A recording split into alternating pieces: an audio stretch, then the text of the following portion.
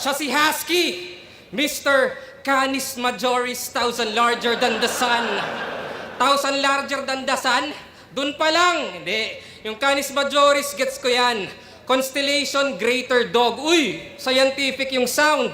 Yung thousand larger than the sun, boom! There's only one name that you can...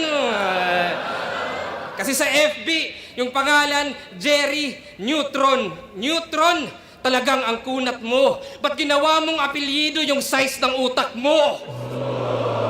Oo, nerd at kupal to, kaya atin niyang salain. Kasi yung neutron, neutral kahit anong tahakin. Walang positive o negative. Di pa ba apparent na pag wala kang charge, ikay iwan sa current? Kaya di ka greater dog kahit sanay ka sa lamig kasi Siberian Husky.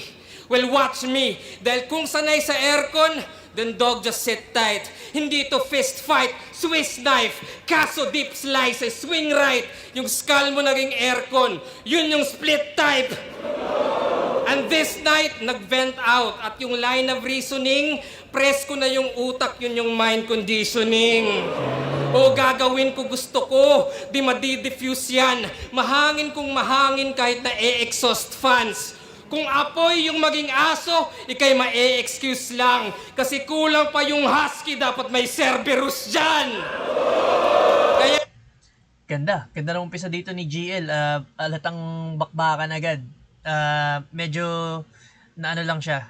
Siguro para sa akin slow start kasi yung Canis Majoris line siya ni Husky na laging ina-angle sa kanya. Yun nga, yung Ron Graham niya.